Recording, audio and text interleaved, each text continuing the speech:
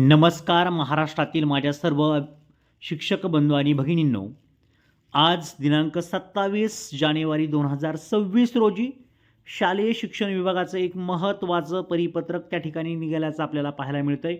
यामध्ये त्यांनी स्पष्ट म्हटलं आहे की राज्यातील खाजगी अनुदानित व अंशतः अनुदानित शाळांसाठी अनुकंपा नियुक्तीची सुधारित योजना लागू करण्याबाबत, म्हणजेच त्या ठिकाणी आपण जर पाहिलं तर जे सरकारी कर्मचारी आहेत त्यांच्या सरकारी कर्मचाऱ्यांमध्ये आपला जर भाग पाहिला तर शैक्षणिकमध्ये जर पाहिलं त्या ठिकाणी शिक्षक असेल किंवा इतर एखादा कर्मचारी असेल जो शालेय शिक्षण विभागामध्ये कार्यरत आहे, त्याचा जर यदाकदाचित काही कारणास्तव अपघात झाला किंवा त्याचा मृत्यू झाला तर त्यासाठी आवश्यक असणारे त्याच्या कुटुंबातील जे इतर सदस्य आहेत त्या सदस्यांना देखील अनुकंपा तत्वावरती त्या ठिकाणी जॉईन होता येतं. येणाऱ्या पवित्र पोर्टलच्या भरतीमध्ये सुद्धा आपण जर पाहिलं तर आपण पाहिलं की त्या ठिकाणी अंशकालीनच्या कर्मचाऱ्यांना प्राधान्य दिलं आहे, परंतु हा अनुकंपा हा भाग त्याच्यापेक्षा वेगळा आहे.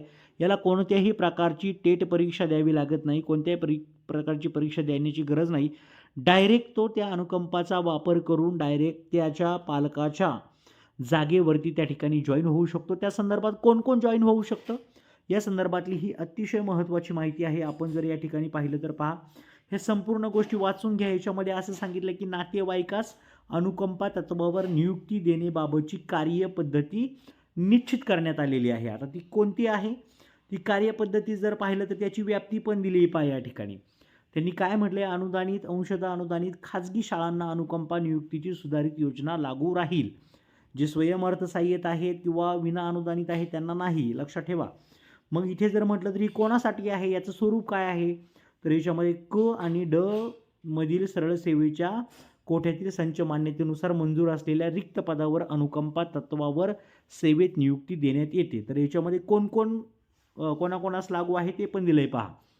तर त्याच्यामध्ये कर्मचाऱ्याच्या कुटुंबियास अनुज्ञेय त्यांनी म्हटलेले आहे, इथे दिलंय त्यांनी, दिवंगत कर्मचाऱ्याचा पती पत्नी शासकीय सेवेत अथवा निमशासकीय सेवेत अथवा कोणत्याही प्रशासकीय विभागाच्या नियंत्रणाखालील खाजगी अनुदानित व अंशतः अनुदानित शाळांमध्ये अथवा अशा कोणत्याही सेवेत ज्यात त्याचे वेतन व भत्ते शासनाकडून तसेच स्थानिक स्वराज्य संस्थांकडून अदा केले जातात अशा सेवेत कार्यरत असल्यास अनुकंपा नियुक्तीचा लाभ त्या कर्मचाऱ्याच्या कुटुंबियास अनुज्ञेय राहणार नाही, म्हणजे मिळणार नाही असं म्हटलंय. तेच जर पाहिलं पुढे 31/12/2001 नंतर तिसरे अपत्य झालेल्या कर्मचाऱ्याच्या कुटुंबास अनुकंपा नियुक्तीचा लाभ अनुज्ञेय राहणार नाही. ही योजना कोणास लागू आहे ते दिलेले आहे. म्हणजे यांनी दिले पहा, खाजगी अनुदानित व अंशतः, पहिला मुद्दा समजून घ्या, दिवंगत कर्मचाऱ्याच्या पती पत्नी शासकीय सेवेत अथवा निमशासकीय सेवेत अथवा कोणत्याही वर. मुद्दा क्रमांक 1 पहा, खाजगी अनुदानित व अंशतः अनुदानित शाळांमधील मुख्याध्यापकासह शिक्षक व शिक्षकेतर संवर्गातील कर्मचाऱ्यांच्या कुटुंबियास ही योजना लागू राहील म्हटलेलं आहे. म्हणजे कर्मचाऱ्याच्या कुटुंबियास ही योजना लागू आहे. अनुकंपा नियुक्ती कोणत्या परिस्थितीत अनुज्ञेय आहे ते पण त्यांनी दिलं आहे. सेवेत कार्यरत असताना दिवंगत झाल्यास त्याच्या कुटुंबियातील पात्र सदस्यात अनुकंपा नियुक्ती अनुज्ञेय आहे म्हटलं आहे. सेवेत कार्यरत असताना बेपत्ता झालेले नियमित शिक्षक शिक्षकेतर कर्मचाऱ्यास सक्षम न्यायालयाने मयत घोषित केले असल्यास त्याच्या कुटुंबातील पात्र सदस्यास देखील अनुकंपा नियुक्ती अनुज्ञेय राहणार आहे. पहा, कोणत्या पदावर नियुक्ती अनुज्ञेय आहे त्याचं पे स्केलसुद्धा दिले त्यांनी, क आणि ड. पे स्केल जर पाहिलं तर S14 आहे, 38,600 ते 1,22,800 हे दिले वेतन.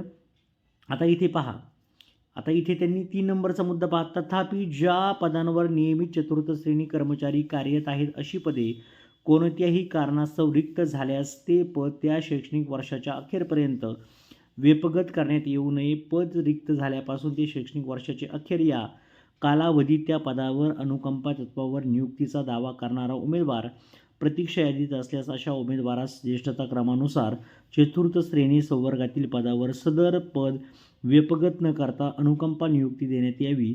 शैक्षणिक वर्ष संपल्यावर या पदावर अनुकंपा नियुक्तीने दावा करणारा उमेदवार प्रतीक्षा यादीत नसल्यास सदर पद व्यपगत होईल असं म्हटलेले. अनुकंपा नियुक्तीसाठी कुटुंबातील पात्र सदस्य कोण आहेत, दिवंगत व्यक्तीशी नाते पती पत्नी ना हरकत प्रमाणपत्र जोडायचे. मुलगा मुलगी दुसरं दिले पहा त्यांनी, मुलगा मुलगी अविवाहित विवाहित मृत्यूपूर्वी कायदेशीररित्या दत्तक घेतलेला मुलगा मुलगी सुद्धा चालवू शकतात. घटस्फोटित मुलगी किंवा बहीण परित्यक्ता मुलगी किंवा बहीण, विधवा मुलगी किंवा बहीण हे सुद्धा त्या ठिकाणी घेऊ शकतात त्याचा फायदा. दिवंगत कर्मचाऱ्याचा मुलगा हयात नसेल तर त्याची सूनसुद्धा त्याचा फायदा घेऊ शकते. दिवंगत अविवाहित कर्मचाऱ्यांच्या बाबतीत केवळ त्याच्यावर सर्वस्वी अवलंबून असणारा भाऊ किंवा बहीण याचा फायदा घेऊ शकते, दुसरे नाही. जे स्वतः कमवतात त्यांना याचा फायदा नाही. वयोमर्यादा दिला आहे किमान 48 आणि कमाल 45 वर्ष आहे.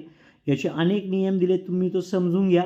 जे लोक या गटामध्ये मोडत आहेत त्यांनी 100% हे पाहून घ्या. शाळा समितीने व मुख्याध्यापकाने इच्छुकता पत्र भरून घेतल्यानंतर अशा इच्छुक उमेदवारांची यादी शाळा स्तरावर ठेवावी. प्रत्येक इच्छुकता पत्राची प्रत 7 दिवसांच्या आत शैक्षणिक मुख्याध्यापकाने सक्षम प्राधिकाऱ्याकडे पाठवणे आवश्यक राहील. सक्षम प्राधिकाऱ्याने प्राप्त झालेल्या इच्छुकता पत्राची नोंद स्वतंत्र नोंदवहीत ठेवणे आवश्यक राहील असं म्हटलेले. तर अशा पद्धतीने ही योजना आहे. हे सर्वांनी पाहून घ्या, वाचून घ्या. एक मुद्दा खूप महत्त्वाचा आहे आणि अशा रीतीने सर्वांना याचा फायदा जे या रिलेटेड आहेत त्यांना मिळावा अशा शुभेच्छा आहेत. खरं तर हे पत्र व्यवस्थितपणे तुम्ही एक पहा. त्याची PDF आपल्या टेलिग्राम ग्रुपला देखील मी शेअर करतो किंवा तुम्हाला आवश्यक असेल तर तुमचा नंबर या व्हिडिओच्या कमेंट बॉक्समध्ये शेअर करा. मी त्याला WhatsApp तुम्हाला करतो आणि तुम्हाला हा संपूर्ण GR पाठवतो, जेणेकरून एखादा आवश्यक असणारा हा जो महत्त्वाचा बदल झाला आहे तो अनुकंपा तत्वावरील त्या शिक्षकाच्या कुटुंबियांना मिळावा, यासाठी नक्कीच याचा फायदा होणार आहे असं मला तरी वाटतं आहे. तर सर्वांना ऑल द बेस्ट आहे. Thank you so much.